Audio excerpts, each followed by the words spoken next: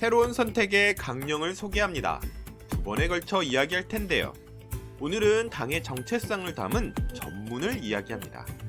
전문의 첫 번째 키워드는 성숙한 대한민국입니다. 성숙? 낯설 수도 있는데요. 짧게 설명드리겠습니다. 경제사의 세계적 석학인 찰스 킨들버거는 나라의 성장 경로가 S자 곡선으로 불리는 로지스틱 곡선을 따른다고 이야기합니다. S자 곡선은 박테리아 같은 생물의 개체수 곡선으로도 잘 알려져 있죠. 처음에는 거의 성장을 하지 않다가 어느 순간 폭발적으로 성장한 후 일정 시간 후에 성장이 정체합니다.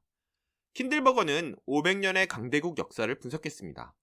나라의 성장 경로도 저 박테리아와 경로와 비슷합니다.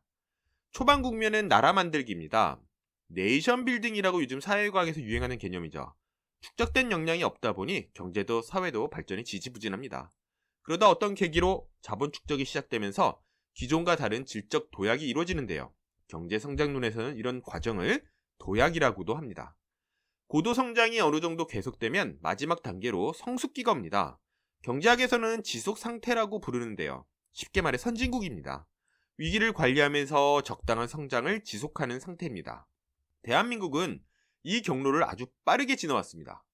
해방 후 어떤 나라를 만들 것인지를 두고 엄청난 혼란을 겪었죠. 하지만 1960년대부터는 경제 발전과 제도 혁신이란 자본 축적의 도약기를 거쳐 고도 성장에 성공했습니다.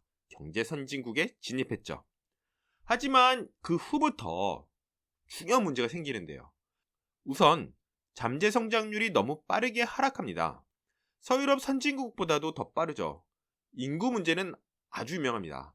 정말로 대한민국이 사라지는 중입니다. S자 곡선에서는 이런 상태를 정체 상태라고 부르는데요. 이 상태를 벗어나지 못하면 나라가 몰락합니다. 자, 어떻게 해야 이 몰락에서 벗어날 수 있을까요? 답은 정치에 있습니다. 노벨 경제학상 수상자인 더글라스 노스는 성숙한 나라의 관건이 어떤 제도를 만드느냐에 달려있다고 이야기했습니다. 21세기 최고의 경제학자로 평가받는 MIT의 데런 아제모글루는 성숙한 제도는 포용적 정치가 있어야 만들 수 있다고 분석합니다. 즉, 경제 선진국에 걸맞은 정치가 없었기 때문에 한국이 위기에 처했다는 겁니다. 반대로 말해 위기를 극복하려면 선진국 수준의 정치가 무엇보다 필요합니다. 새로운 선택의 강령 전문은 이런 취지에서 두 번째 키워드로 중도 대연합을 제시합니다. 왜 중도 대연합인지 살펴보겠습니다. 앞서 본 성장 경로를 다시 볼까요? 사회는 각각의 단계에서 특수한 갈등을 겪습니다. 우리나라 사례로 보겠습니다. 나라 만들기 단계에선 봉건제 유지 세력과 근대 혁명 세력 사이의 갈등을 겪었습니다. 해방 직후엔 냉전이란 조건 속에서 미국 중심인가 소련 중심인가를 두고 싸웠죠. 고도 성장기엔 1987년 노동자 대투쟁에서 나타난 것처럼 분배를 둘러싸고 자본과 노동 사이 격돌이 있었습니다. 이 갈등은 후에 보수와 진보로 표현되는 갈등으로 확장되었습니다. 정리해보면 이렇습니다. 국가 발전의 1단계, 나라 만들기 단계에선 봉건과 근대를 두고 문명적 갈등이 벌어집니다. 국가 발전의 2단계, 고도 성장 단계에선 분배를 두고 진보와 보수가 싸웁니다.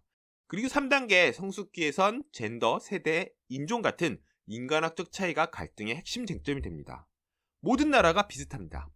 대부분의 선진국은 20세기 후반부터 3단계 갈등을 겪고 있습니다. 1970년대 서구에선 페미니즘이 사회주의나 다른 사상보다 더 중요한 쟁점으로 부상했습니다. 비슷한 시기 미국에선 X세대, 즉 알 수 없는 세대가 등장했다며 세대 갈등이 본격화하죠. 21세기 들어선 미국부터 유럽까지 인종 차이를 두고 갈등이 끊이질 않습니다. 대한민국도 상황이 비슷합니다. 청년 사이 젠더 갈등은 위험 수위를 넘었습니다. 세대 갈등 역시 심각합니다. 다양한 사회 갈등이 커지다 보니 경제적 성공에도 불구하고 대한민국은 불행공화국으로 불립니다. 행복지수가 OECD 최하위권이죠.